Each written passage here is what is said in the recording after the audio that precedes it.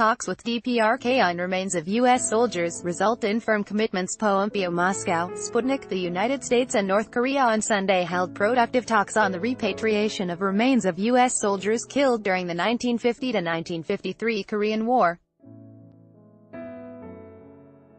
with the sides firmly pledging to ensure the transfer of those collected and resume further search operations, State Secretary Mike Pompeo said in a statement. On July 15, representatives from the United States held the first general officer-level talks with the DPRK since 2009. They met to discuss the return of U.S. service members' remains missing since the Korea War. Today's talks were productive and cooperative and resulted in firm commitments, Pompeo said.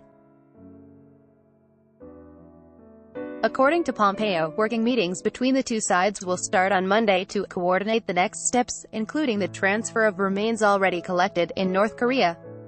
Additionally, both sides agreed to recommence field operations in the DPRK to search for the estimated 5,300 Americans who never returned home, the statement noted. At the historic June 12 meeting in Singapore, U.S. President Donald Trump and North Korean leader Kim Jong-un reached an agreement that required Pyongyang to denuclearize in exchange for a freeze on the U.S.-South Korean military drills and eventual sanctions relief.